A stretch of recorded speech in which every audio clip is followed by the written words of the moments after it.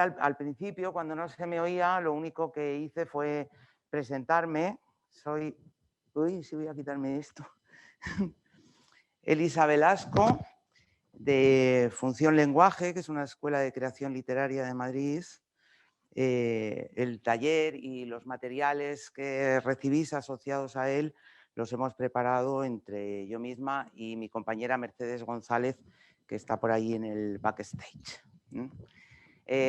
También os daba la bienvenida y os agradecía el esfuerzo por estar aquí, que sé que en estos momentos es mucho y grande.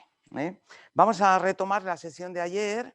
Estábamos hablando de creación colectiva y habíamos planteado las dificultades que habíais encontrado.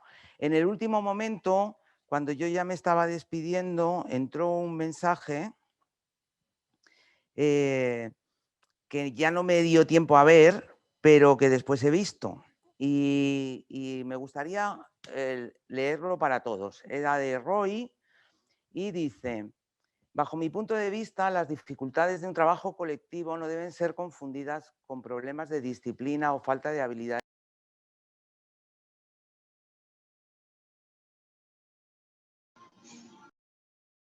Equipo entre los alumnos las podemos ver también en muchos claustros. Si el alumnado está acostumbrado a trabajar individualmente y en un modelo competitivo, sería un milagro que un trabajo de creación colectiva resultase exitoso. Se puede conseguir, pero no hay recetas mágicas ni rápidas. Un grupo acostumbrado a cooperar seguirá cooperando a pesar de la pandemia. Un grupo humano no acostumbrado tampoco sabrá hacerlo telemáticamente. Pues Roy tiene mucha razón en las cosas que cuenta, ¿no? Un grupo acostumbrado a cooperar y que está acostumbrado a trabajar en cooperación, pues va a cooperar casi en cualquier circunstancia, y un grupo que no esté acostumbrado no lo hará.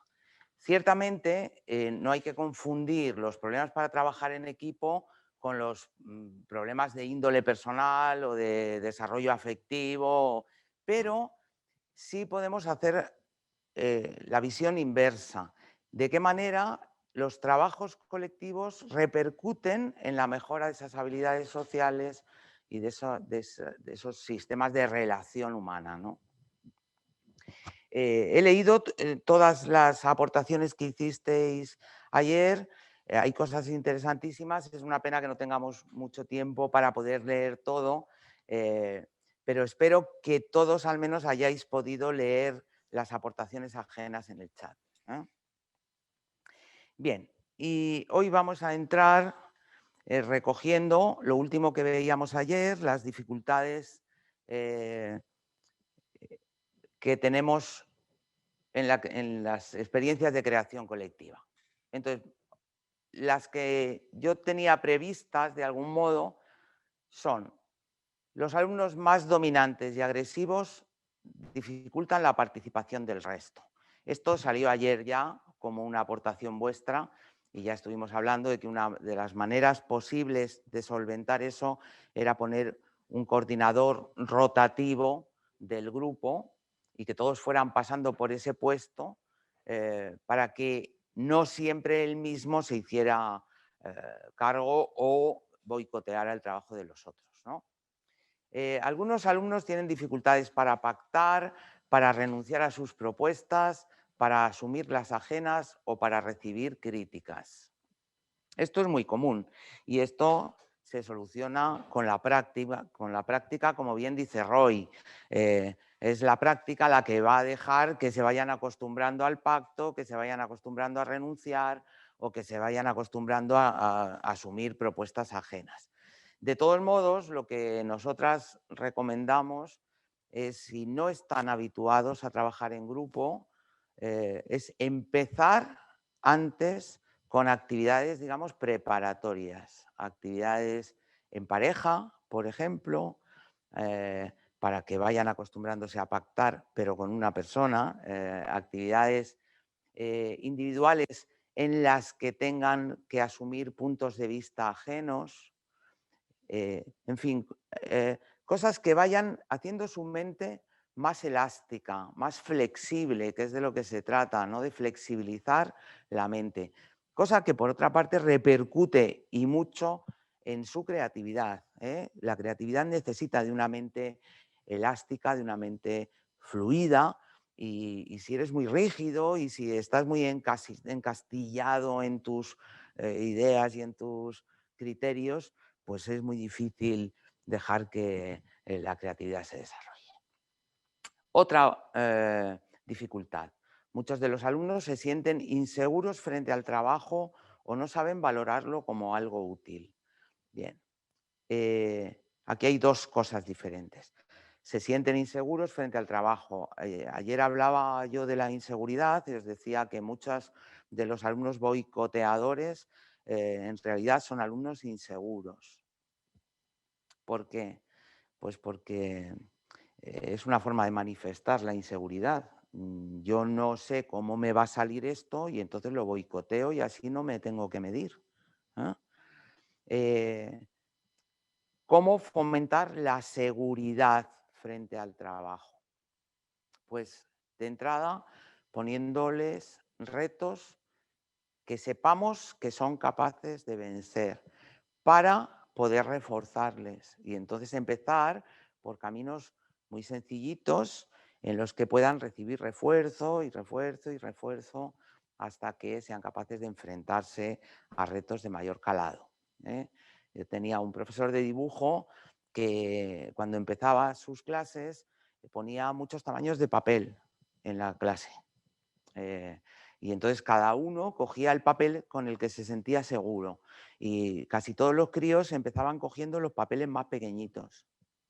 Alguno no, alguno iba directamente a por el tamaño eh, gigantesco, ¿no? Pero la mayor parte empezaban con papeles pequeñitos. Cuando con los papeles pequeñitos ya habían conseguido desenvolverse con soltura, empezaban a coger papeles mayores, papeles mayores. Pues es lo mismo, pero trasladado a los ejercicios que hacemos, ¿no? Empezar con ejercicios muy sencillos que permitan que se sientan seguros y dándoles refuerzo y dándoles refuerzo hasta que se sientan seguros en trabajos mayores, ¿no? No saben valorarlo como algo útil. Bueno, esto es un mal que conoceréis, ¿no? La obsesión general por el conocimiento, por los contenidos, hace que desde muchas familias, y eso os lo habréis encontrado, estoy segura, no se valoren eh, los ejercicios o las actividades que a ellos les parece que no son transmisoras de contenido. Los talleres de escritura, los talleres teatrales, los juegos en clase, pues de repente desde las casas son despreciados en cierta medida porque hay que ver qué tonterías hacéis en el colegio. Claro, cuando tú llegas del cole, aunque te haya gustado lo que has hecho, y lo que recibes es, claro, vaya tonterías que hacéis en el cole, pues te desinflas, ¿no? Te desinflas y en muchos casos replicas esa misma posición cuando vuelves al cole al día siguiente y entonces cuando te dicen vamos a hacer un juego, pues tú dices, pues vaya tontería que hacemos en este cole, ¿no? Es así. Eh, Pelear con las familias es complicado, pero la única manera yo creo que tenemos es demostrar que esas cosas que parece que no tienen contenido sí lo tienen en realidad. Lo que pasa es que se mueve de otra manera mucho más atractiva y mucho más eficaz verdaderamente que soltar un rollo teórico y dejar que los chicos se duerman mientras lo oyen, ¿no? Otra dificultad que tiene que ver ahora con nosotros. El profesor controla en exceso y no permite que los alumnos se expresen creativamente. Claro, muchas veces, y sobre todo si tenemos miedo de que el grupo se despendole, pues estamos demasiado encima, ¿no? Demasiado encima, no, no gritéis, no habléis tanto, no, no, no, eso no va bien, bueno, por ahí no. Y si estás cercando demasiado al grupo, es muy difícil que se exprese con libertad. Hay que tener cierto control, pero cierto control sutil y como a distancia, dejando que ellos se expresen libremente. En ese camino de la expresión y del cotejar opiniones, pues se van a oír muchas tonterías, claro que se van a oír muchas tonterías, pues muy bien. Pero la única manera de dejar esa expresión libre es que esas tonterías de entrada no tengan ninguna repercusión. Ya se irán depurando dentro del propio grupo por sí mismas. No hay que asustarse antes de tiempo. Y por último, algunas parejas o grupos tienen dificultades de relación y eso dificulta el trabajo a su vez, ¿no? Claro, aquí entramos en relaciones personales y desde luego no es lo mismo tener problemas para trabajar en equipo que tener problemas de relación, pero una cosa va pegada a la otra. Sí es cierto, como también decía Roy, que el hábito de trabajar en equipo va a repercutir a su vez en mejores relaciones entre los miembros de la clase. Y generalmente entre todos, porque se termina creando un clima en el que hay más respeto, en el que hay eh, más disposición a compartir y en el que hay cabezas más flexibles, más elásticas. Bien. Esto es con lo que terminamos ayer, ¿no? Y hoy vamos a meternos ya con la creación colectiva, con la creación en grupo, ¿no? ¿Qué es un texto colectivo? Pues un texto colectivo es un texto que tiene más de un autor. Es un texto que tiene más de un autor. En la presentación de las aulas digitales ya os comentaba cómo la primera experiencia, digamos, de esta creación colectiva serían la difusión de los textos orales, ¿no? Bien sabéis que hasta la invención de la imprenta, pues había dos maneras de difundir los textos. Por un lado, la difusión oral, gente que se los aprendía de memoria y los iba llevando de un lugar a otro, y por otro, los copistas, que los copiaban a mano, sobre todo en monasterios, para conservar algunos ejemplares en las grandes bibliotecas y en los grandes monasterios. Poco más, poco más. Bien, esta transmisión oral, pues está claro que si un orador y llegaba a una plaza y contaba una historia y veía que cuando llevaba la mitad de la historia se le escapaba a la mitad de la gente de la plaza, pues al día siguiente que fuera a contar esa historia, la iba a modificar intentando que no se le fuera esa gente que se había ido. O si veía que en un momento dado todo el mundo aplaudía, pues seguramente iba a potenciar esa parte en la que todo el mundo aplaudía para conseguir que a la gente le gustara más. Así los textos que en origen él se había aprendido de memoria, seguramente de otro que se lo había contado de memoria, iban cambiando según se iban presentando al público. Pasaba lo mismo con las obras de teatro, lo mismo. Durante mucho tiempo, pues, el propio Shakespeare no podía conseguir beneficios de sus obras más que a través de las representaciones. La obra no circulaba como tal por el mundo, solo eran las representaciones que se hacían de ella y él obtenía sus beneficios de las representaciones. En esas representaciones, si el público de repente aplaudía muchísimo algo, eso en la siguiente representación se potenciaba y las obras iban cambiando según se iban representando. ¿Qué texto es el que nos llega a nosotros? Pues una de esas fijaciones, cuando se decidió fijar una de esas versiones. No sabemos cuál y no sabemos mediada por cuántas representaciones o por cuántos encuentros en la Plaza del Pueblo. ¿De quién son esos textos? Pues son producto colectivo, son producto de la participación de los espectadores, de los lectores, de los recitadores, de los copistas, de los espectadores de teatro. Así es como llegan. llegan ya con muchas manos encima. Otra forma de trabajar colectivamente sería lo que llamamos intertextos. ¿Qué es un intertexto? Pues un intertexto es un texto que está basado, apoyado o propiciado por otro texto ya publicado, ¿no? Por otro texto conocido. Hay muchos ejemplos en la literatura de intertextos, muchísimos, y en los últimos tiempos muchos más. ¿Algún ejemplo? Pues un ejemplo sencillo, cinematográfico, muy conocido, pues Pretty Woman y su relación con la Bella Durmiente, ¿no? Con la Cenicienta, perdón. Su relación con Cenicienta. La propia película hace un guiño a esta relación que es evidente por otra parte, porque la historia es prácticamente la misma, aunque cambies los trabajos que tienen. Cuando al final Richard Gere aparece en el coche, pero con el cuerpo fuera, como si fuera el caballo, y sube por la escalera de incendios, como si trepara una torre. Quiero decir que hay atención, atención, atención, es un llamado de atención. Aquí hay un cuento de hadas, aquí hay un cuento de hadas. Y entonces tú no tienes más remedio que relacionarlo con aquel cuento del que procede la historia. Luego os contaré algunas más, pero ahora os voy a proponer un trabajo.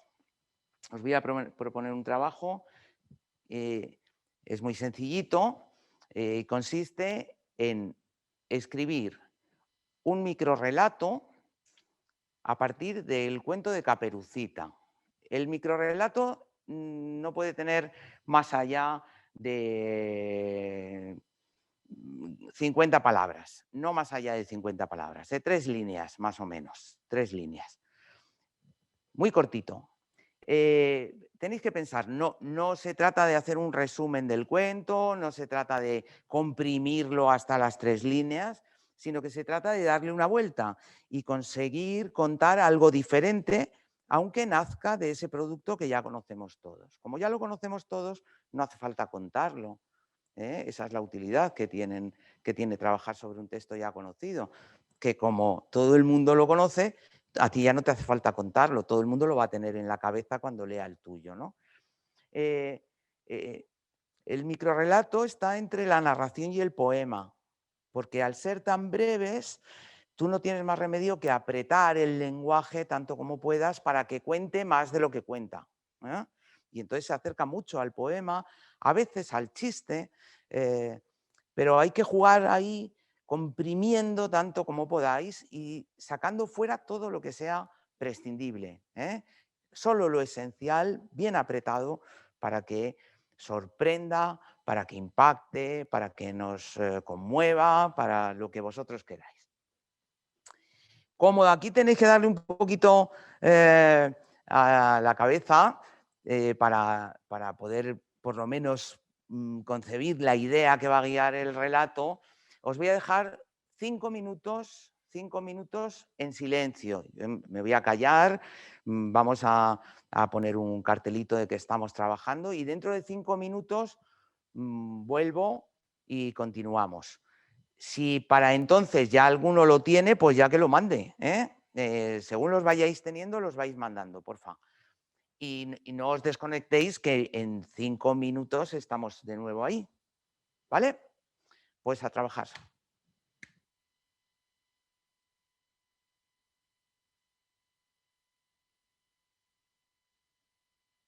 Muy creativo y rapidísimo, rapidísimo. Antes de entrar a leer, bueno, supongo que los estaréis leyendo en el chat, hay cosas desternillantes. Quería contestar a Conchi y a Roy, que han planteado de entrada una idea, que es que la gamificación en el aula es un tesoro que no podemos dejar de perder, perdón. Y bueno, solamente decirles que es cierto y que tanto como podáis investiguéis en gamificación y en estos enfoques que hacen que los chicos aprendan jugando.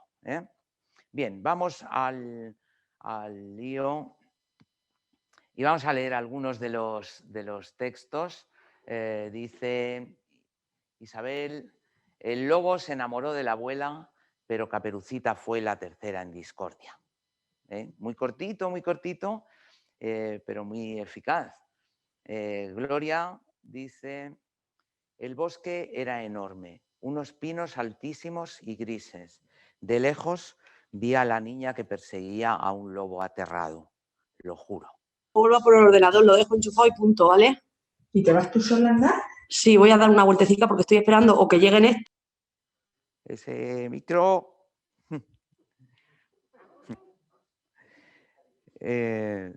Marisol dice, un lobo triste y aburrido vagaba por el bosque cuando se tropezó con una razón para vivir. Isabel, la madre del lobo le envió esa mañana con un pescozón diciéndole que a ver si por fin traía a casa algo de comer. Y el joven lobo vio en su mente aquella caperuza roja y pensó que por mucha pena que le diese, había llegado el día. De Nuria, no esperaba encontrarme a nadie, pero ahí estaba esa jovencita vestida de rojo implorándome que fuera yo quien llevara la cestita a su abuela. No pude negarme y me alegro. Ahora mis tardes, gracias a la abuela y al ajedrez, ya no son tan solitarias. Caperucita, de Laura Jiménez. Caperucita, ve, voy mami. Llegué, hola abuelita. ¿Sabes? Hoy he asustado al lobo otra vez. ¿Te gusta mi disfraz de oso? De Santos Zara. Como Caperucita era boba, no fue ni por el camino más corto ni por el más largo. Ahora buscan a una niña desaparecida en el bosque. De Trini, el rojo no estaba de moda. Le daba rabia ir al súper a comprarle cosas a su abuelita, siempre igual. Y aunque hacía frío, se puso su camiseta nueva a juego con su mascarilla. Una Caperucita rebelde. No va a ser ya Caperucita roja. De Sonia, Caperucita y el lobo siempre habían sido amigos porque siempre les había unido el mismo cuento. Bien, estos son los planteamientos textuales que son metanarrativos, ¿no? Una pequeña narración para hablar de la narración. La pertenencia al mismo cuento hace a todos los personajes pertenecer al mismo mundo y por tanto ser amigos, ¿no? Menchu, que tiene otro texto metanarrativo, dice María Ortega. Había estado en el bosque, en casa de su abuelita e incluso en Manhattan. Donde nunca había estado era en el teatro. Le daban miedo a aquellos que aparentaban algo que no era. Restos de un estrés postraumático sin superar, decía sobre el escenario, aceptando su primer Tony Award. Una pena. Aquí está Caperucita en Manhattan, de Martin Guyton, ¿no? La fobia por el teatro que nace del temor al lobo que fingía ser quien no era, muy bien trizado este planteamiento. De Beatriz. Harta de pasar miedo, Caperucita envió al lobo a un zoológico y metió a su abuelita en una residencia. Ahora sí era libre. Laura, en el fondo de su corazón sabía que todo tenía un final. La capa roja hallada en el suelo manchado fue la única pista que encontraron al día siguiente. Nunca, de Concha, nunca pensó el lobo que el escritor del cuento le tendía una trampa. En el bosque de las letras no todo era trigo limpio. Otro metanarrativo este también, ¿no? De Beatriz, Caperucita tuvo que confinarse durante 10 días por tener contacto con un maldito lobo. La abuelita tuvo que salir a comprar su comida. Muy bien, en tiempos de pandemia. Caperucita denunció al lobo por acoso, el lobo salió indemne y aún continúa la historia. Muy bien, muy pegado a nuestra realidad. Desde entonces, Caperucita da consejos en su canal de YouTube sobre cómo enfrentarse a los lobos y salir indemne. Muy bien, estupendísimo trabajo. Yo voy a leer también el nuestro. Este lo hemos hecho a 4 manos entre Mercedes y yo y dice: Caperucita, ya a salvo del lobo, Siguió creciendo sin entretenerse jamás con las flores del bosque. Estudió y consiguió un trabajo. Un día su jefe le propuso tomar un café. Yo bajaré por el ascensor, ya sabes que es muy difícil cogerlo, y tú por la escalera. A ver quién llega antes. ¿Eh? Este es el que habíamos hecho nosotras. Preciosos los vuestros. Estábamos hablando de microrrelato y de intertexto, ¿no? Intertexto, textos basados en otros, ¿no? Y entonces os voy a leer algunos que ya no tienen que ver con Caperucita, pero que son ejemplos estupendos. En uno de los casos de un trabajo con un cuento clásico también, con La Bella Durmiente, es un relatito muy corto de Quim Monzó, que dice La Bella Durmiente. En medio de un claro, el caballero ve el cuerpo de la muchacha que duerme sobre una litera hecha con ramas de roble y rodeada de flores de todos los colores. Desmonta rápidamente y se arrodilla a su lado.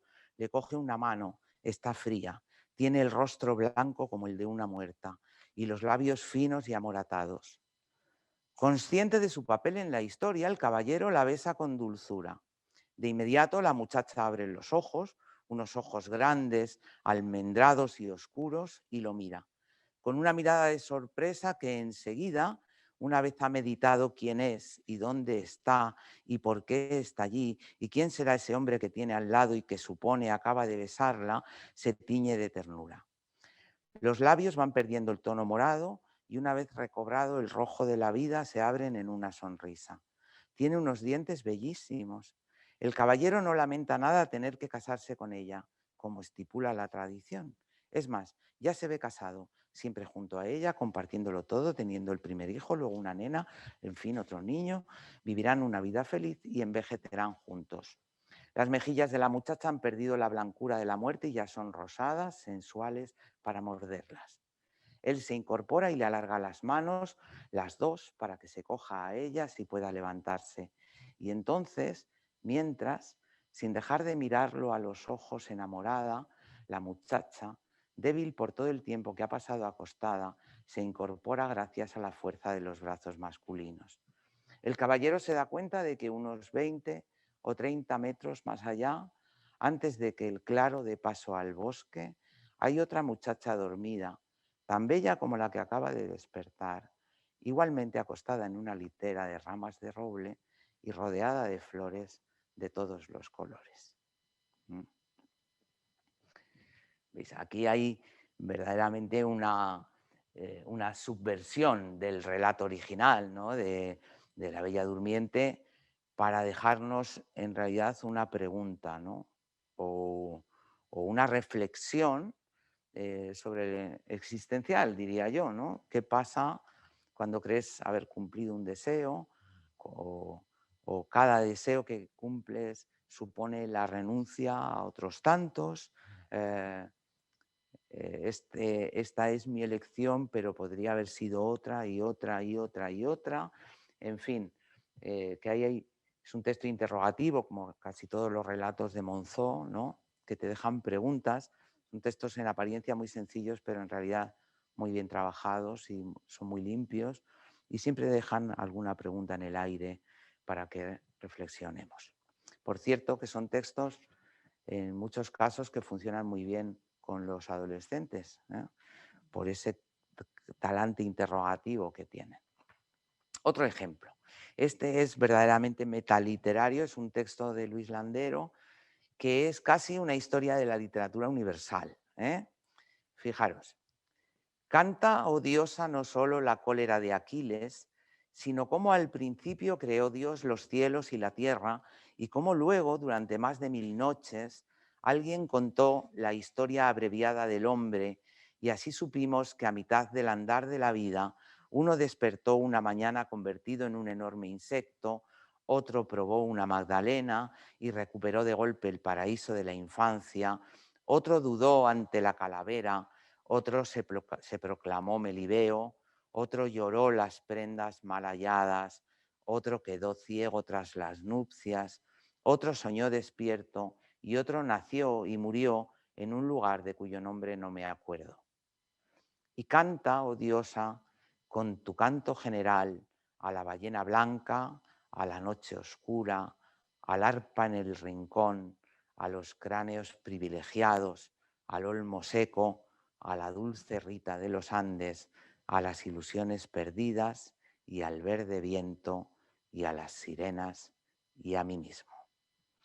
Habéis visto que prácticamente todas las frases hacen referencia a una obra literaria.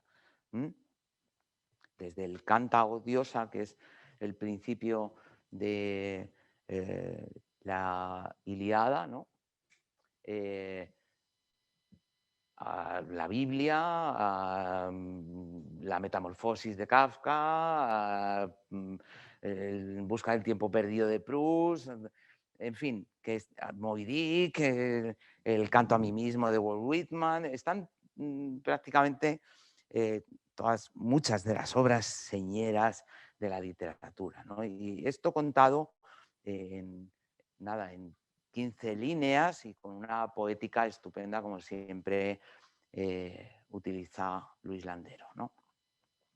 Bien, intertextos, ejemplos de intertextos en la literatura, a millones, y sobre todo en los últimos años es una cosa que funciona muy bien y que se utiliza mucho. Por ejemplo, os voy a poner algunos ejemplos así que son buenos. Si conocéis Jane Eyre, ¿no? de Bronte, en Jane Eyre hay un personaje que es la anterior esposa de su marido que está encerrada en un altillo porque está loca, ¿no? En Jane Eyre, de ese personaje, solamente se dice que es caribeña, que él la trajo del Caribe y que cuando la trajo ya venía loca y que entonces le dio pena encerrarla en alguna institución y la encerró en el altillo de la casa. Bueno, pues en los años 60, en el año 65 creo, una autora de origen caribeño, Jan Rhys, escribe una novela que se llama El ancho mar de los sargazos, cuya protagonista es esa loca del altillo de Jane Eyre. Y es la protagonista de toda la novela. Y lo que hace es contarnos la historia de esa jovencita caribeña que se casa con un inglés que va a las islas por negocios y su trayecto hacia la locura. Y de hecho termina cuando ya está en Inglaterra y ya está encerrada en la torre, ¿no? En el altillo ese. Una novela magnífica que no necesariamente pide la lectura de Jane Eyre, pero que si lees Jane Eyre entiendes mejor. Y lo que sí es que tienen una conexión absoluta, porque el personaje protagonista viene de otra novela, está construido por otro autor, y ya lo que hace es desarrollar esa historia que en Jane Eyre no está. Bien, otras opciones, pues el propio Kim Monzó, del que hemos leído La Bella Durmiente, tiene una serie de relatos basados en cuentos tradicionales en los que los subvierte y los modifica para escribir sus propios textos interrogativos. Textos muy divertidos. Otro. Que se me ocurre.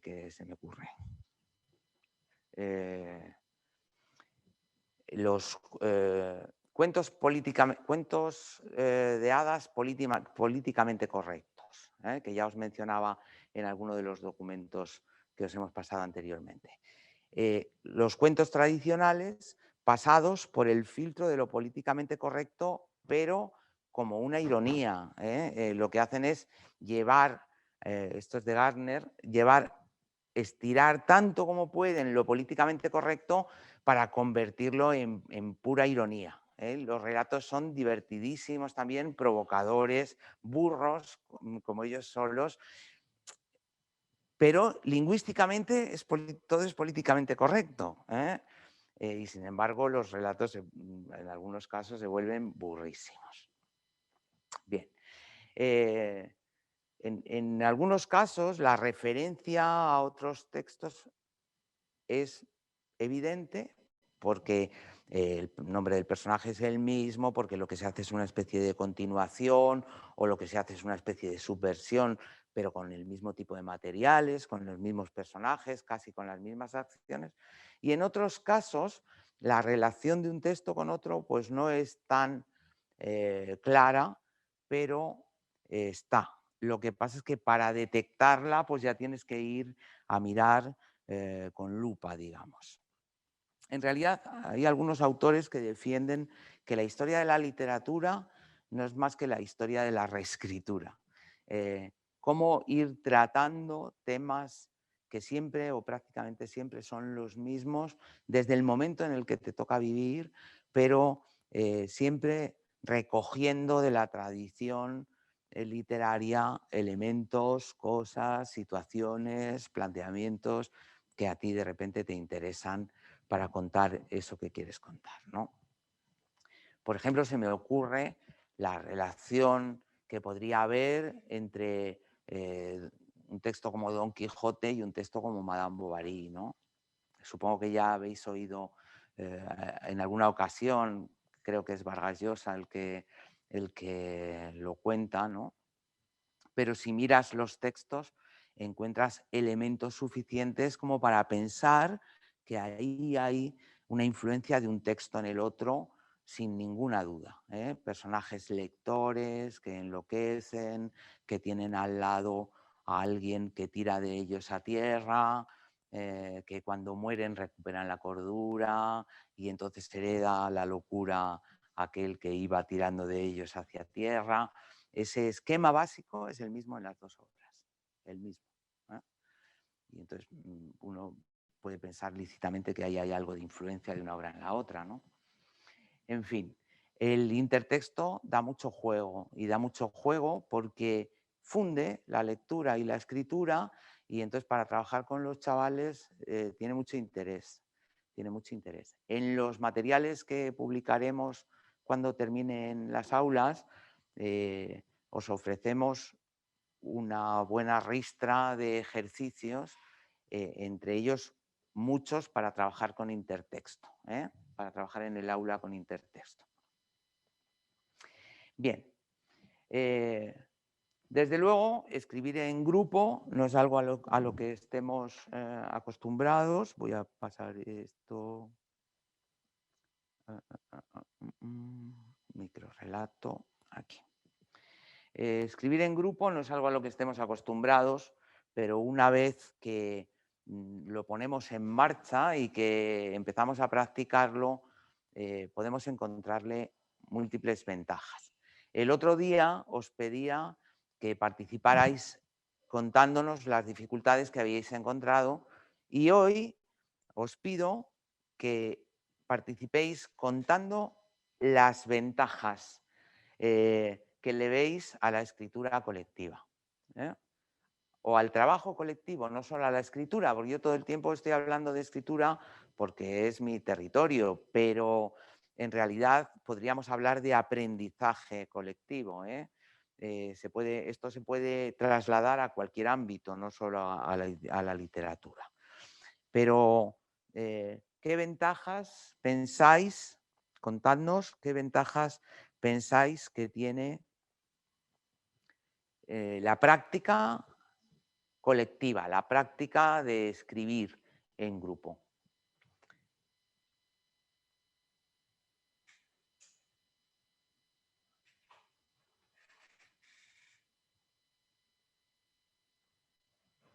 Desde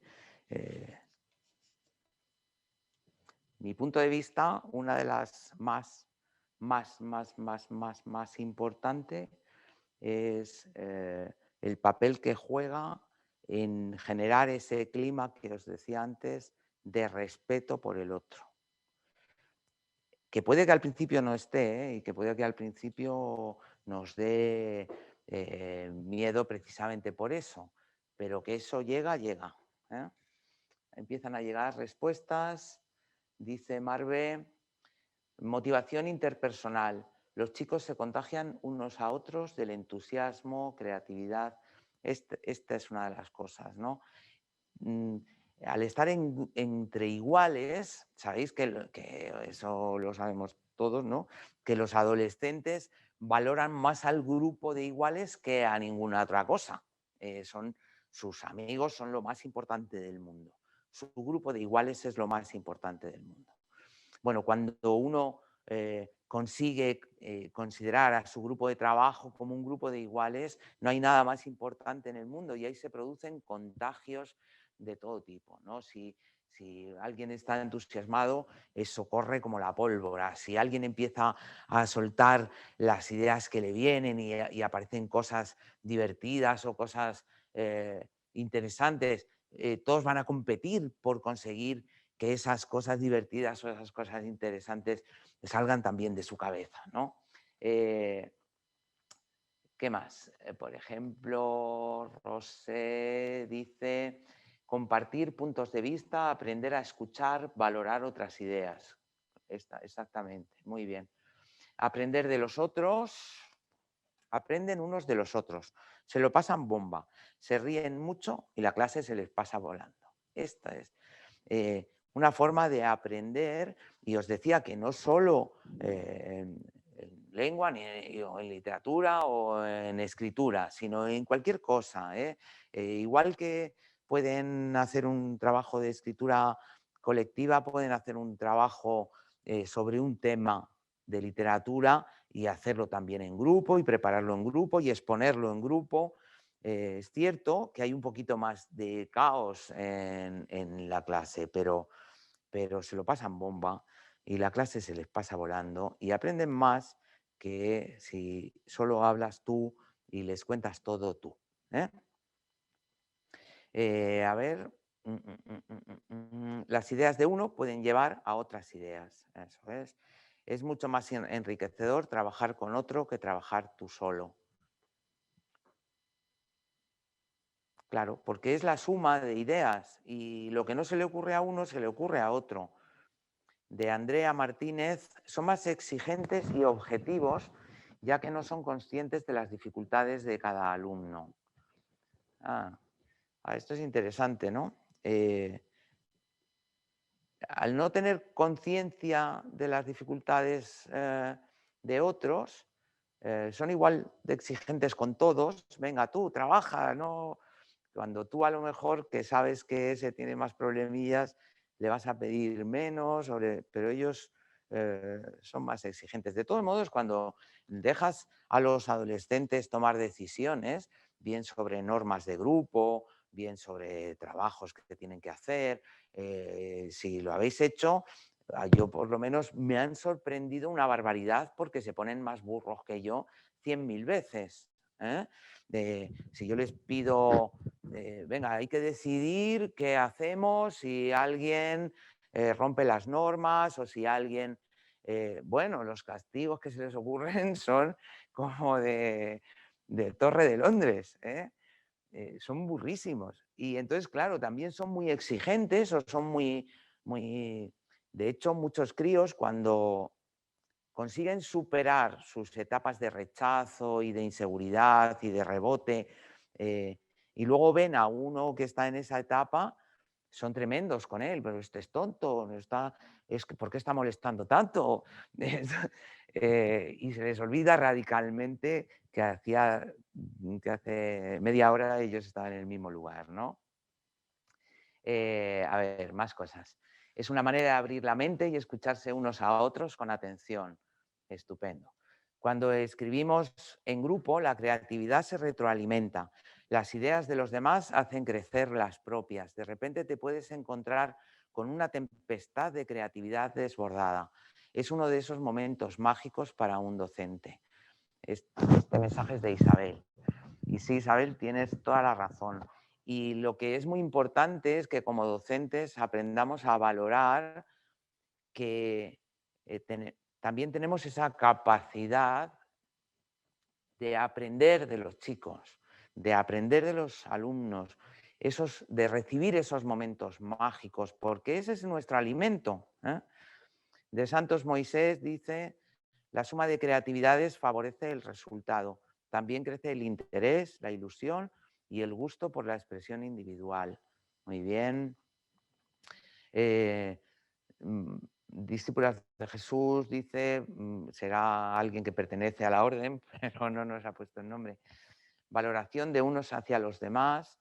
Nos acaba de ocurrir ahora con el cuento Caperucita. Hemos querido tener los materiales creados entre todos. Muy bien, estupendo. De Beatriz: pierden el miedo y se animan a aquellas y aquellos que más inseguridades tienen. Muy bien, perfecto. Esa es una de las cosas importantísimas.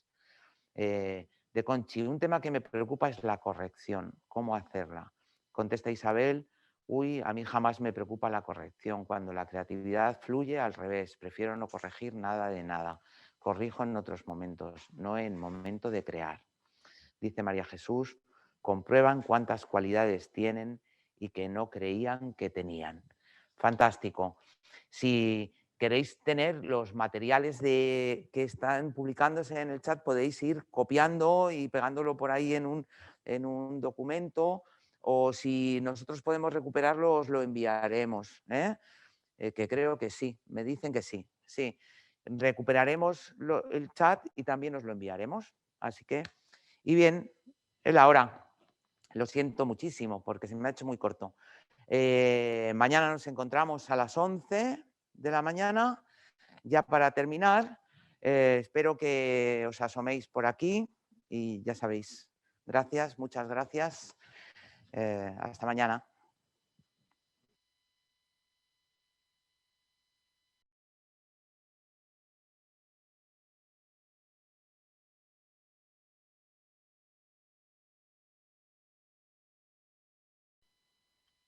Buenas tardes a todas y a todos. ¿Se me oye bien? Para empezar.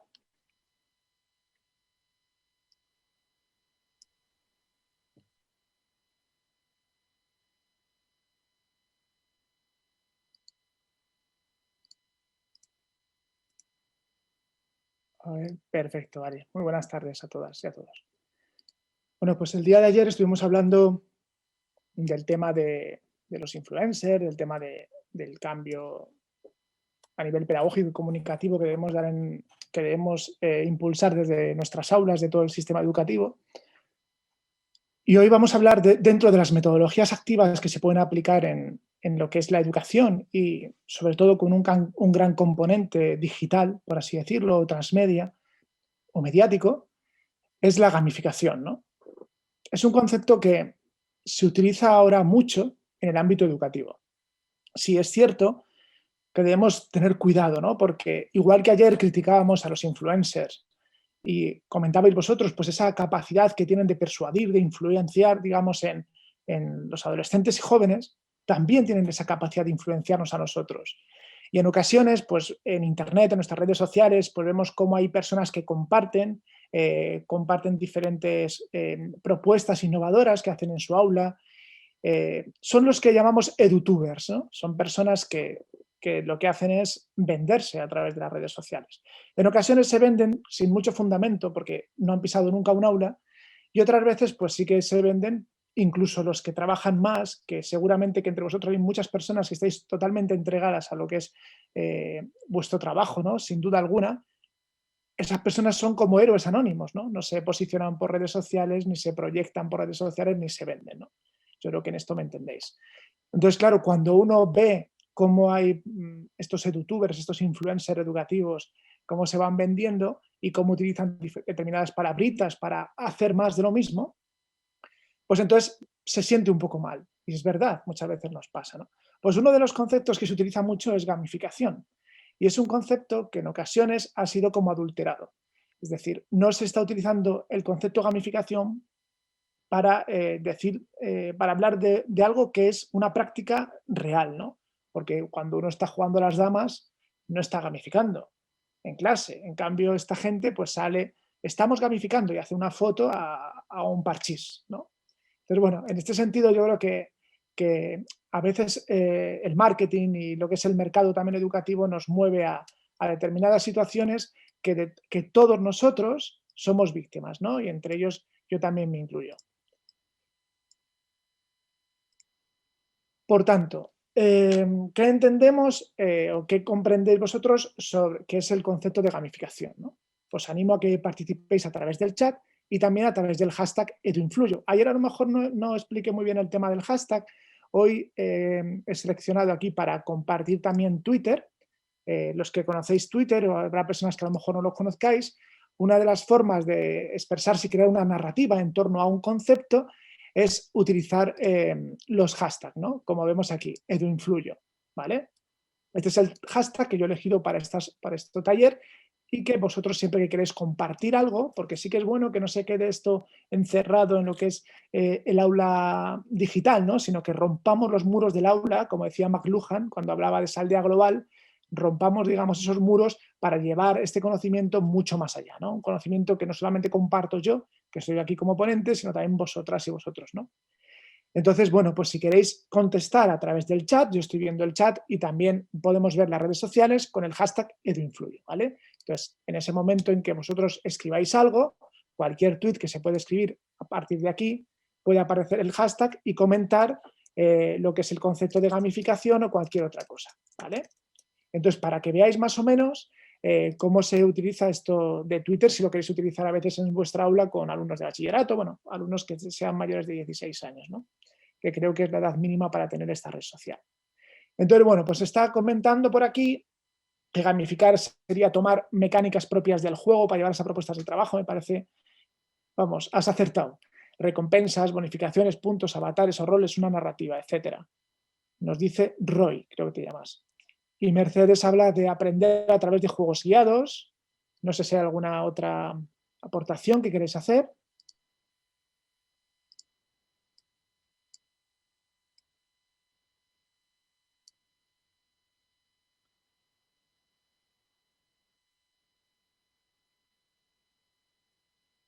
Bien, pues vamos a intentar ver qué podemos entender por gamificación. Gamificación es distinto al aprendizaje basado en el juego. Es totalmente distinto.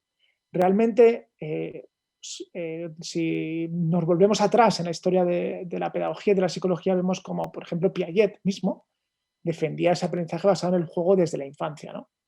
Eso todos lo vemos, es decir, vemos cómo los niños pues cogen cualquier cosa y se ponen a jugar.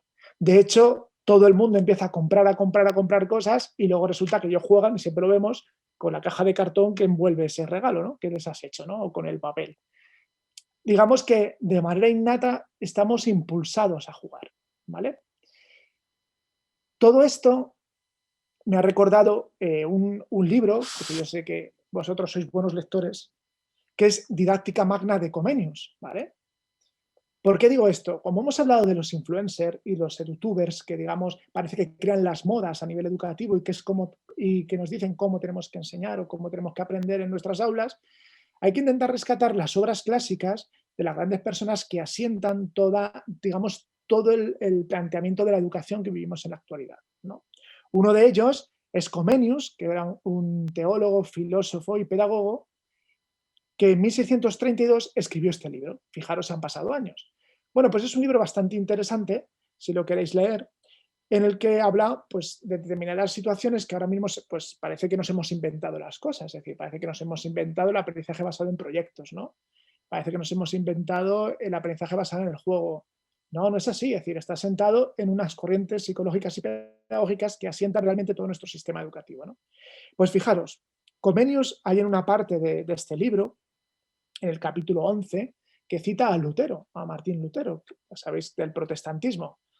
Y entonces parece que Lutero decía, tenía como una exhortación que escribió en 1525, que hablaba de cómo se deberían erigir las ciudades, que todas las ciudades deberían erigir las escuelas, ¿no? Tenían que tener escuelas. Y dice que se establezcan las escuelas con algún método mediante el cual no solo no se les haga huir de los estudios, sino que, por el contrario, se les atraiga con toda suerte de estímulos. Y conformes dice que no experimenten los niños menor placer en los estudios que el que gozan jugueteando el día entero a las nueces, la pelota o la carrera. Es decir, la importancia del juego en nuestras prácticas pedagógicas, ¿no? Intentar despertar ese gusto por la lectura. Y eso es fundamental. Y muchas veces criticamos, por ejemplo, yo también lo critico, corrientes como el conductismo, ¿no? Ese estímulo-respuesta que hablábamos ayer, eso que utilizan los medios para manipularnos, ¿no? Pero sí es cierto que hay determinadas cosas que, igual que el niño llora e inmediatamente viene su madre y le da el pecho, igual nosotros tenemos que hacer lo posible para que ese llorar de nuestros alumnos demande un nuevo aprendizaje, demande una forma nueva de enseñar, ¿vale? Fijaros, por ejemplo, el pueblo judío, cómo desde que son pequeños colocan una gota de miel, por ejemplo, en los libros, ¿no? Y entonces se besan esos libros. Eso lo vemos a lo mejor con las personas que a lo mejor pues, van a misa o son creyentes. El sacerdote también besa el libro, ¿no? Cuando leen la misa.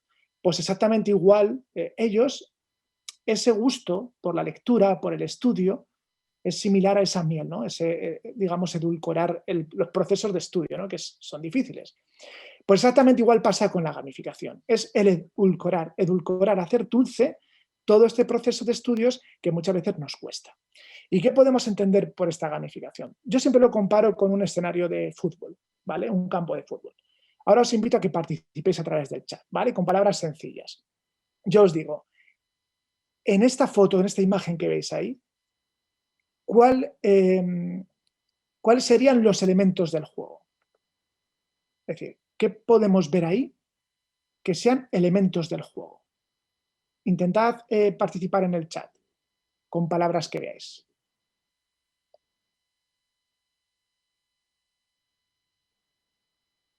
El terreno de juego, vale decir lo que es el campo, el césped, goles, pelota, campo, balón, jugador, jugadores, público, futbolistas, árbitro, público, balón, equipo, público, equipos, espectadores. Vale, perfecto. Pues, ¿cómo podemos entender la gamificación? Imaginaros ese campo totalmente vacío. Solamente tenemos el césped. Entonces nosotros estamos dando un paseo por el césped. ¿Vale? Un paseo. No es campo de fútbol, no hay elementos de juego, no hay jugadores, no hay rayas, no hay porterías, ni balón, ni espectadores. Somos nosotros los que estamos dando un paseo. Y de repente, a la vez que estamos dando el paseo, se van colocando todos los elementos de juego. ¿Para qué? Para hacer que ese paseo sea más atractivo y más lúdico para nosotros. Estamos paseando, pero a la vez estamos jugando.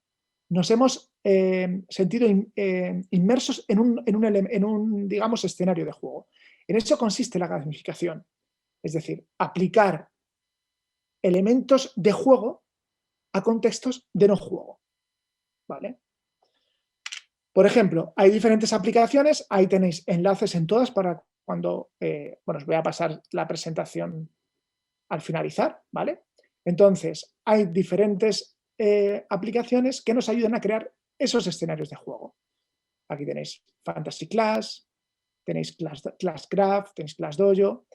Son aplicaciones que se utilizan. Yo, por ejemplo, he utilizado Classcraft y ClassDojo, y lo que consiste en que, por ejemplo, Classcraft es una aplicación en la que ellos son como, cumplen un rol dentro de un juego, de una especie de videojuego, ¿no? Una simulación, en el cual tienes opciones de aprendizaje colaborativo, en el que les colocas a todos por grupo y cada uno tiene como una misión, una función, dependiendo del personaje que le haya tocado. Por ejemplo, el curandero dentro del videojuego es el que otorga la vida o da la vida a otros, por eso tiene más vida desde el principio, para que pueda sobrevivir en el caso de que haya sido sancionado por algo, ¿vale? Tanto las sanciones como las recompensas, como la forma de conseguir vida, la establecemos nosotros como docentes, y establecemos como un rol de puntos donde ellos tengan que ir adquiriendo, digamos, el proceso de aprendizaje gamificado, ¿vale? ClassDojo es una aplicación un poquito más infantil, pero no tiene por qué no gustar a un público de adolescentes, por ejemplo. Yo lo he utilizado con chavales de 12 años y se volvían locos consiguiendo puntos, ¿no? Pues es exactamente igual. A mí me gusta más estéticamente, cuidado, está Classcraft, pero ClassDojo pues es una aplicación donde tienes una serie de puntuaciones, de recompensas, hay una serie de elementos de juego, como puede ser un cronómetro cuando estamos haciendo la actividad, música, unas carpetas para compartir contenidos y también mensajes que reciben automáticamente los padres. Por ejemplo, a nivel de convivencia, pues está fenomenal, ¿no? Reciben cómo se ha comportado ese día y demás. Bueno, hay ocasiones que a lo mejor nos cansamos de estar todo el tiempo diciendo lo mismo, pero bueno, el caso que es importante que hay aplicaciones ya gratuitas que nos permiten crear estos escenarios de juego, ¿vale? Pasamos al nivel 3, la inmersión lúdica, es decir, estamos ya dentro del escenario de juego, ¿vale?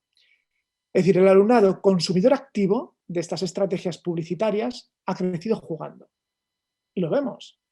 Digamos que el móvil es su juguete social, por ejemplo. Es decir, y con esto no estoy defendiendo el uso del móvil, ¿vale? Pero bueno, su móvil es su juguete social con el que se interactúa, crea, produce, consume. Y gracias a la inmersión en escenarios creados desde los videojuegos, ha vivido experiencias junto a su familia, compañeros de colegio e incluso desde el ciberespacio con perfiles virtuales desconocidos. Esto ya lo hablábamos ayer, ¿no? Esas comunidades virtuales que se crean en torno, por ejemplo, a los videojuegos.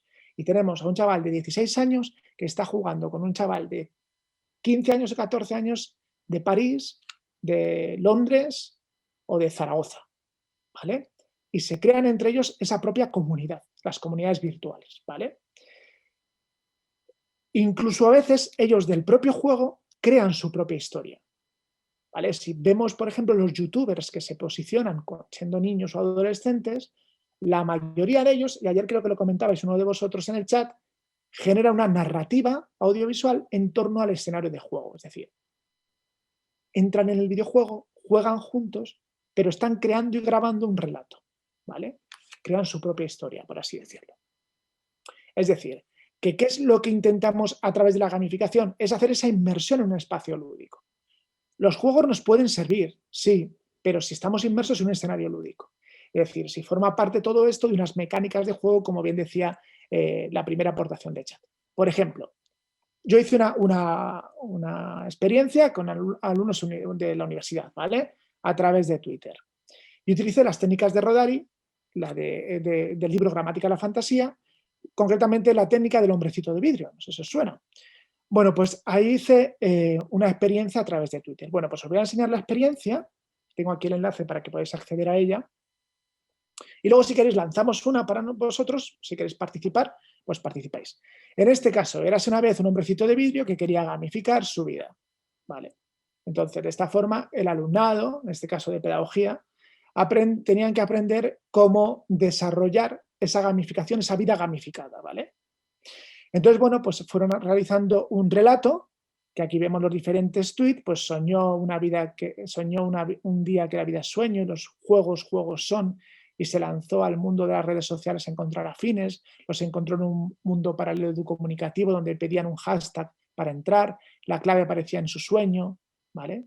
Y así sucesivamente fueron creando su relato, ¿vale? Esto es aplicable también al aula, es decir, vosotros lo podéis hacer. Igual que ayer planteaba pues, crear una poesía a través de diferentes tweets, también podemos crear una historia a través de diferentes tweets, ¿vale? Digamos la dialéctica Twitter, por así decirlo, ¿no? Yo os invito, por ejemplo, si os apetece ahora, mientras estoy hablando yo, pues crear una historia, ¿vale? Yo he creado mi tweet y si queréis, a partir de mi tweet podéis crear otros tweets. Por ejemplo, yo tengo aquí, el hombrecito de mantequilla quiere gamificar su vida. Entonces, yo quiero aportar, por ejemplo, una parte del relato. Entonces, aquí agregar otro tweet y puedo introducir lo que yo quiera en la siguiente historia. Por ejemplo, aunque hacía calor y el reto se hacía difícil. ¿Vale? Pongo el hashtag para que todo el mundo, al buscar ese hashtag, encuentre esto, ¿vale? ¿Quiero acompañarlo con una imagen? Pues doy imágenes. ¿Quiero acompañarlo con un GIF? Pues doy a GIF, ¿vale? Por ejemplo, calor. Pues podemos poner esto mismo, ¿vale? Y damos a tuitear. Y podemos seguir la historia, ¿vale? aquí aparece la otra parte de la historia. Bueno, os invito a todos, a Paula, a Alex y a tal, a que aportéis también vuestro granito de arena en esta historia, a ver si nos queda algo gracioso, ¿no? Y como tenéis el enlace, podéis aportar ahí, ¿vale? Hay un libro bastante interesante también, que es este de Burgess, de Enseña como un pirata, ¿vale? Lo que comenta él es, cada capítulo es una forma de, como ideas. Él relaciona la gamificación con el pirata, que tiene el gancho, ¿no? Como el Capitán Garfio, y lo que hace es enganchar, es decir, son como los ganchos que tú utilizas para enganchar a tus alumnos. Por ejemplo, el gancho de la música. Aquí hemos utilizado el gancho de las redes sociales. Podemos utilizar el gancho de juegos motóricos o cuñas motrices. Digamos que dar la vuelta a ese enseñar siempre de la misma manera y del mismo proceso, sin intentar cambiar, ¿vale? Y bueno, ese libro, le pongo ahí, puede resultar interesante buscarlo por internet, que seguramente tiene alguna aportación, algún resumen que os pueda servir. Entonces pasamos al nivel 4. Nivel 4, elementos de la gamificación. Como decía vuestro compañero al principio, están las mecánicas o reglas y están las dinámicas de juego. ¿Qué son las mecánicas o reglas? Ahí lo he intentado resumir, ¿vale? Es el permitir al alumnado hacer suyo un compromiso para superar los distintos retos a los que están sometidos. Entre estas mecánicas podemos destacar la colección de los logros y las recompensas, los puntos para conseguir la fidelización del alumnado en un determinado reto, el ranking o clasificación entre el alumnado de un mismo grupo o aula, el nivel atendiendo al progreso del alumnado y a su diversidad, y la progresión del proceso de desarrollo del reto encomendado, ¿vale? Hay una serie de retos, tenemos que conseguir determinadas pistas, entonces vamos consiguiendo determinadas puntuaciones y demás, ¿no? Dinámicas de juego. Se puede plantear atendiendo a ámbitos como la recompensa, la buena gestión de la competición individual o del corporativismo, el estatus que se pretende lograr y, fundamental en todo esto, la solidaridad que pretende fomentar la ayuda a los semejantes sin pretender conseguir una recompensa determinada, huyendo del individualismo y mercantilismo neoliberal. ¿En qué sentido es esta frase? Pues, por ejemplo, tenemos alumnados seguramente de a lo mejor alumnos de altas capacidades, alumnos con determinadas necesidades, alumnos con dificultades en el aprendizaje. Busquemos nosotros convertámonos como en un coach que sabe desarrollar en cada uno de ellos y potenciar su talento, lo que decíamos ayer. Y si hay alumnos que tienen determinadas dificultades, a lo mejor en conseguir detectar un enigma, pero a lo mejor sí que pueden hacer otra cosa que sea necesaria para conseguir ese enigma. Entonces, de esa forma conseguimos que todos sean importantes a nivel de grupo, ¿no? Otros elementos de gamificación, los logros y los roles. Sobre los logros, diferentes componentes que se perfilan en logros que posibilitan la visualización de la progresión, como son los avatares. Por ejemplo, puede crearse cada alumno su avatar, bien sea en las aplicaciones que hemos visto, ClassDojo, ClassCraft, pero también puede ser en el propio aula, ¿no? Es decir, tener ellos, por ejemplo, su avatar pegado en la mesa o su nombre, su nick, digamos, inventado, o firmar sus poesías con determinado nick, o sus trabajos colocar con su determinado avatar, o crear, digamos, su emoji, por así decirlo, ¿no? Todo eso puede ayudarnos a relacionar su competencia digital bestial con, a lo mejor, nuestra labor docente, ¿no? Utilizar las recompensas, los desbloqueos, regalos, premios o medallas. Y luego, a nivel de roles, se desarrollan diferentes perfiles de jugadores, como el triunfador, eso lo vemos en el aula, lo vemos. El social, el explorador, el competidor. Nuestra labor como coach sería eso, recoger, digamos, todos esos talentos y hacer que todos se necesiten, ¿vale? Comenta Maitane el tema del libro, no te preocupes que te voy a pasar la presentación, ¿vale? El enlace, para que puedas acceder a ella. En nivel 5 están los elementos de gamificación, que tenemos las barras de progreso, medallas o insignias, el karma, las puntuaciones, seguimiento, los me gustas y el hashtag, ¿vale? Sobre las barras de progreso nos permiten saber en cada momento las competencias adquiridas y el progreso desarrollado. Por ejemplo, las aplicaciones que hemos visto antes, como escenarios de juego, nos sirven para ello, ¿no?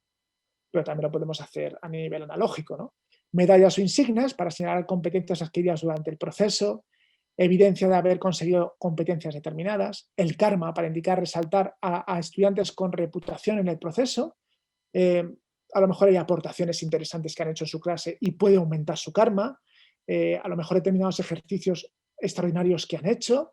A lo mejor una lectura de un libro, una recitación de poesía espectacular. Todo eso nos puede ayudar a subir ese karma, ¿no? En clase, por así decirlo. Las puntuaciones. Puntuaciones numéricas reflejan la competición. Apostaremos por una puntuación cualitativa, ¿vale? No tanto a lo mejor números, sino intentar abogar por un modelo de evaluación más textual, más ánimo, más adelante. Ese progreso adecuadamente que hemos dejado atrás cuando nosotros íbamos en el colegio, a veces puede resultar mucho más motivante que 3, 4, 5, 0, 10, 7, ¿no? Aunque bueno, por ley tenemos que hacerlo así, pero debemos plantearnos, ¿no?, cómo es nuestro día a día en el aula. La evaluación por pares, plantear el peer-to-peer, es decir, ¿por qué no un estudiante puede evaluar, o todos los estudiantes a través de una rúbrica pueden evaluar la exposición oral de un compañero? Pues eso puede ser interesante. Y nosotros, que nuestra aportación sea una más. Entonces convertimos que esa evaluación intentamos con un proceso, ya lo veréis, yo lo he intentado en el aula, al principio se ven esas rencillas, pero luego poco a poco se van acostumbrando a evaluar, ¿no? A evaluar a los compañeros. Y también les sirve a ellos para aprender, digamos, es un proceso de aprendizaje, ¿no? El seguimiento, recepción de notificaciones de aportaciones interesantes de alumnos, los me gustas, destacar los mensajes importantes, el tema de los hashtags, abrir las puertas a las redes sociales, ¿no?, de nuestro aula, ¿no? Si comentas, Ángel, que es interesante pero peligroso, así es, ¿no? Lo que comentaba ahora, que, bueno, pueden votar a sus amigos, pero bueno, también ahí estamos nosotros, ¿no? Para que a lo mejor justificar, digamos, esa valoración que ellos mismos han hecho, ¿no? Ideas. Por ejemplo, un juego de gamificación que hemos hecho del grupo Esmemio, concretamente lo realizó Carmen Cantillo. Podéis acceder a él, ¿vale? A través de este código QR si os apetece, o a través de este enlace, ¿no? Vamos a intentar acceder a un juego, ¿vale? Estos juegos se hacen con Geniali, que bueno, puede resultar interesante, no es difícil de hacer, pero bueno, yo os he dejado luego unos tutoriales para que intentéis si queréis, ¿no?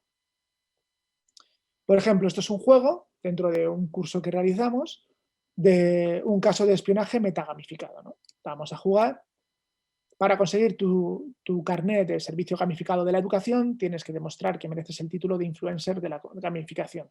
Otros podéis jugar, ¿eh? Es decir, si pincháis aquí con el móvil, con un lector de código QR, accedéis a ello, ¿vale? Por cada misión que supere, recibirás un número de combinación que abre un maletín donde encontrarás tu carnet, ¿vale? Vamos a empezar, y aquí vemos, por ejemplo, diferentes. El inicio, la misión 1, la misión 2, la misión 3, ¿vale? Y aquí, por ejemplo, el código que tenemos que poner para acceder a un determinado mensaje, ¿vale? Esto lo podemos realizar en el aula. Vamos a seguir adelante, que el tiempo pasa.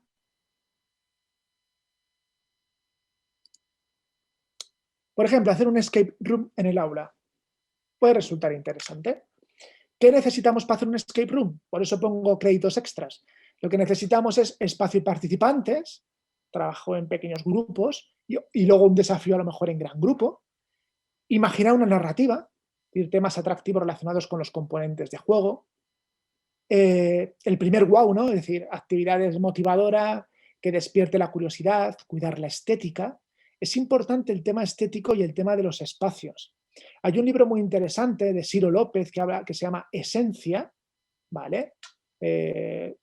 Lo voy a poner aquí en el chat, donde reflexiona sobre esa importancia de cuidar los espacios, cuidar la estética.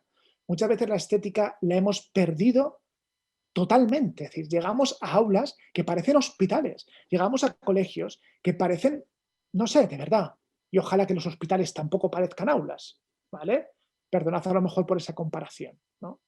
Pero en el sentido de que tenemos que intentar dar una chispa distinta a nuestras clases, que todos se sientan identificados, que se sientan como en casa cuando entran, ¿vale?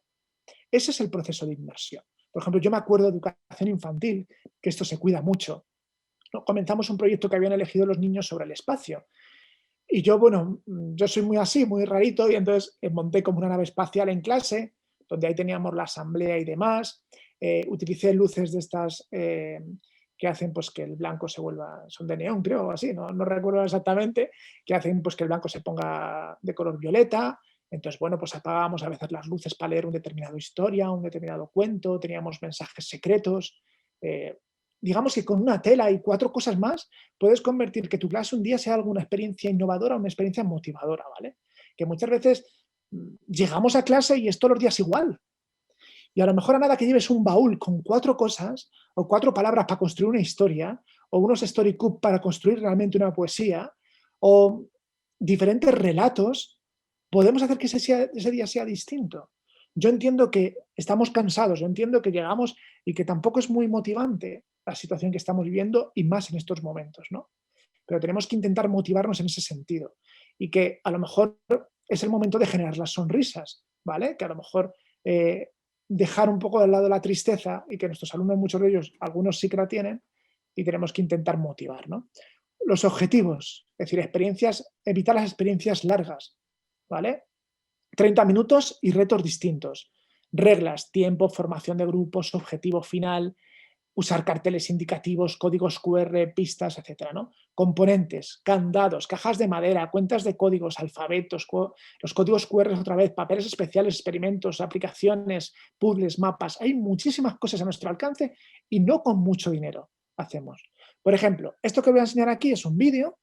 Aquí tenéis el enlace en el código QR y el enlace de un escape room sobre Julio Verne, que a lo mejor os puede interesar y os da ideas, ¿no? Pues la actividad motivadora fue este vídeo. Lo vamos a ver si se escucha bien.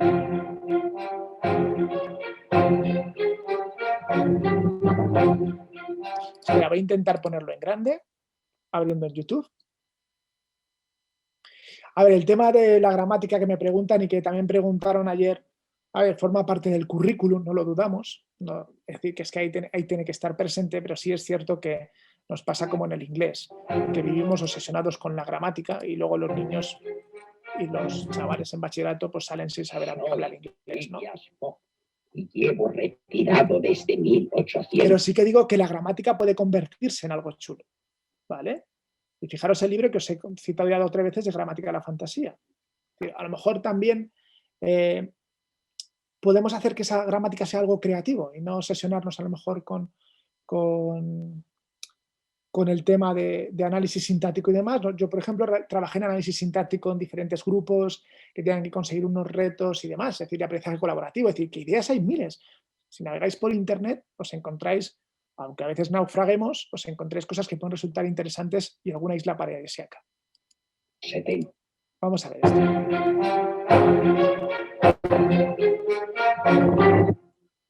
Soy Phileas Fogg y llevo retirado desde 1872. En aquella fecha era joven e intrépido y no dudé en aceptar el reto. Dar la vuelta al mundo en 80 días. ¿Por qué no? Pero de todo se aprende. No gané la apuesta. Me faltó un detalle que quedó perdido en la experiencia. El documento que realmente confirmaba mi paso por los distintos países. Aquello me hizo reflexionar sobre la importancia de lo pequeño y de lo grande, de la experiencia al detalle y en el conjunto. Me retiré a escribir sobre la vida hasta ahora. Ha llegado mi momento de partir y solo me queda un deseo por cumplir en la vida. Encontrar aquel documento, el reconocimiento a una hazaña. A lo largo de estos años me han llegado diferentes informaciones de su paradero. Me llegaron noticias de vuestro encuentro en el 2017. Gente extraordinaria para una misión extraordinaria. Cuento con los... Bien, pues esto les indicaba el reto que tenían que hacer para el escape room, ¿vale? Es decir, que bueno, pues son diferentes ideas. Estos vídeos se pueden crear, ¿vale? Y os he puesto luego al finalizar la presentación un montón de recursos para que los tengáis ahí. Ejemplos de juegos. Pues en diferentes códigos QR podéis acceder, ¿vale? sobre comunicación de educación, redes sociales y fake news, sostenibilidad, teorías educativas, construimiento, conocimiento. Simplemente son ideas de juegos que luego lo podéis extrapolar y hacer vuestro a vuestro antojo, ¿no? Luego aquí, por ejemplo, hubo una campaña de formación en el tema del género, del feminismo y demás en Andalucía, y aquí se hizo un juego, una escape room, os lo pongo, simplemente es un resumen, de una compañera nuestra que trabajó en escape room pues, con gente pues, de la Junta, encima un proceso de formación, para que veáis que esto del juego no tiene nada. Vemos pues, diferentes formas que también nuestros procesos formativos a nivel de profesorado también les tenemos que cambiar, reciclarnos un poquito, que siempre estamos haciendo lo mismo. Entonces, en este sentido, vemos cómo personas se mueven por diferentes espacios, van consiguiendo diferentes pistas para llegar a, digamos, a la conclusión final que tiene ese proceso formativo. Es importante también utilizar diferentes herramientas, como vimos ayer, como era pues, el visual thinking, mapas conceptuales, diferentes juegos que nos pueden ayudar, ¿no?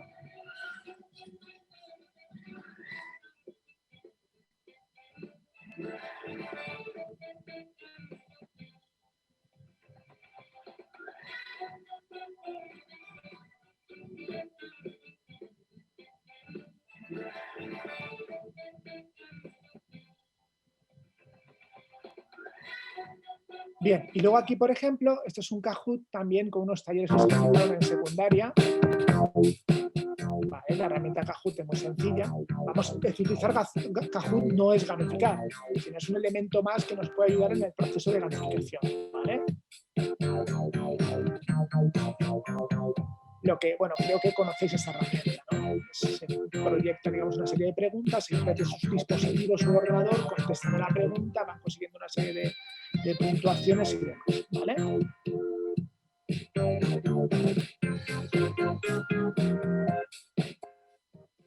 Bien, pues aquí lo tenéis, luego lo podéis ver tranquilamente. Otro juego interesante, comentabais lo de gramática. También el tema de la ortografía también puede resultar un peñazo en ocasiones. Bueno, pues aquí están las aberturas de Sherlock Holmes, es decir, el misterio del señor Tilde. Si podéis acceder a ello, pues veréis diferentes planteamientos. Se encuentra la llave que indica la palabra llana bien acentuada para entrar, ¿vale? Estos son juegos que podéis acceder a ellos y que están en abierto, ¿vale? Superhéroes de la ortografía y la gramática, también aquí tenéis la fuente, es otro juego, y además estas páginas llevan también otros juegos. Yo lo que pienso que lo que esté creado no vamos a estar creándolo, es decir, utilizarlo vosotros, es decir, son juegos libres, como viene perfectamente indicado quién es el autor, pues no hace falta que no estamos plagiando nada. Pero sí es interesante que si hay juegos, hay cosas que no sean útiles, utilizarlo, no os pongáis a hacerlo. Es decir, que el problema que siempre hemos tenido en la formación de competencias digitales es enseñar herramientas al profesorado. ¿Y qué ha ocurrido? Que esas herramientas han dejado de existir y tenemos que volver a empezar de nuevo. Eso a mí me ha pasado mucho con el tema de aulas virtuales. Empezamos con Blog, pasamos a aulas virtuales, luego a Office 365, ahora volvemos a Moodle, y realmente esas palizas que te pegas de generar contenidos, al final ves que a los 2 o 3 años no te va a servir. Entonces, bueno, vamos a intentar... Aquí os pongo diferentes tutoriales que tenemos desde nuestro grupo de investigación. Hemos creado un canal de YouTube que lo llamamos Influencer de Aprendizaje y hemos creado diferentes tutoriales, ¿vale? Para la persona que se quiera empezar a utilizar esto. Por ejemplo, con Geniali, crear un juego basado en audios, vídeos, imágenes, crear un juego basado en el clásico Trivial, crear un juego basado en pistas para descubrir una incógnita, crear un juego basado en preguntas y respuestas, crear un juego basado en secuencias y laberintos, elaborar contenidos atractivos e interactivos. Luego aquí tenéis también otras aplicaciones que podéis utilizar y de las cuales tenéis tutoriales, ¿vale? Por ejemplo, pues si vamos al tutorial este, pinchamos en la presentación que os he preparado y aquí os lleva al tutorial de YouTube que os explica un compañero nuestro claramente cómo lo tenemos que hacer paso a paso, ¿vale? Para que siempre lo tengáis ahí. Esto no se va a eliminar y siempre va a estar para vuestra utilidad. Que muchas veces decimos, es que bueno, es que no me han enseñado a utilizar ninguna herramienta. Yo aquí no vengo a utilizar las herramientas. Yo os propongo herramientas pero no, es decir, os doy las posibilidades para que las podáis utilizar vosotros y tranquilamente, ¿vale? Más herramientas, hacer una ruleta aleatoria, echarlo a suertes. Hay como diferentes elementos que podemos hacer simplemente, podemos hacer atractivos en nuestra aula. Pues, por ejemplo, ¿a quién mandamos un ejercicio? Venga, vamos a corregir un ejercicio. ¿Quién lo hacemos? Pues utiliza la ruleta aleatoria o echar a suertes, a ver a quién le toca. Utiliza, por ejemplo, un cronómetro para decir, chicos, tenéis 5 minutos para trabajar esto. Hay digamos, cronómetros bastante atractivos. Pues aquí, por ejemplo, os pongo un enlace. Unos tienen forma de bomba, ¿no? Que se va quemando y luego después explota. Digamos que son cosas que podéis utilizar en vuestro día a día sin ninguna complicación, ¿no?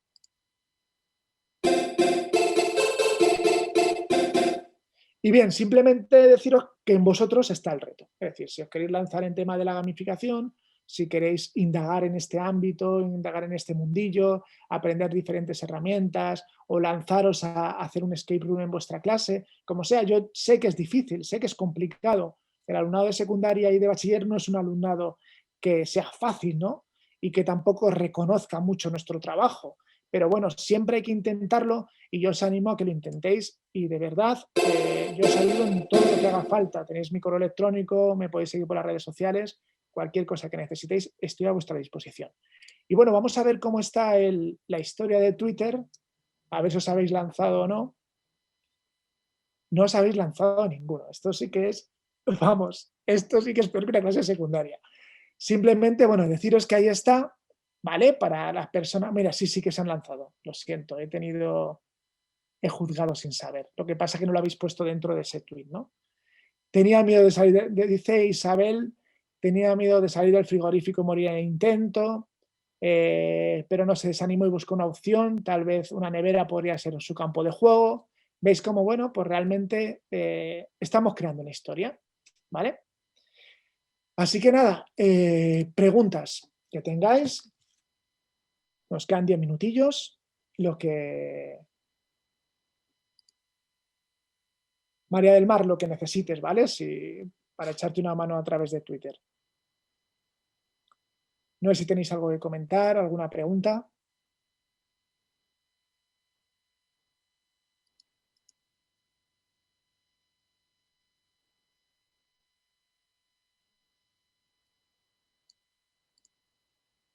Si os paso el enlace de la...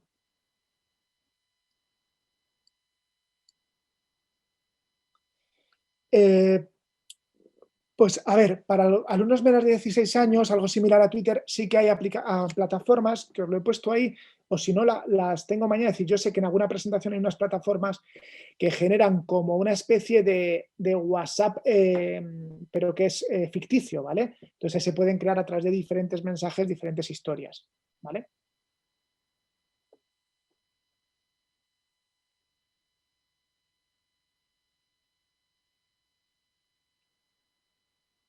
Sí, el escape room de Julio Verne está abierto, ¿vale? Podéis acceder a él. En todos los enlaces, en todo que aparezca como una manita o un iconito, pinchar ahí en ese elemento interactivo y os lleva al sitio, ¿vale? Para que lo tengáis. La presentación os la he pasado ya.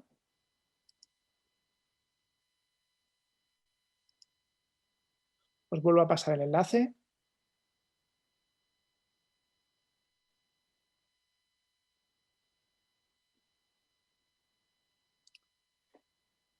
Y luego el tema de las herramientas, los vídeos de las diferentes sesiones me imagino que os lo enviarán, ¿no? Yo creo que en la ESO creo que se puede utilizar cualquier herramienta, ¿no? Simplemente es personalizarla. Yo creo que cualquier herramienta, por ejemplo, ClassDojo, no, pero ClassCraft y las otras que os he propuesto ahí, yo creo que son interesantes para cualquier nivel. Exactamente, la gamificación no implica necesariamente la metodología, la tecnología. La tecnología nos puede ayudar, nos da herramientas, como hemos podido ver, que nos puede ayudar a hacer las cosas bien. Pero vamos, hemos visto también un escape room y se puede hacer en un espacio analógico, ¿no? La presentación de ayer, me imagino que os pasarán las 3 presentaciones, ¿vale? Vale, muchas gracias, Paola. Bueno, pues nada más. Damos paso a nuestros compañeros.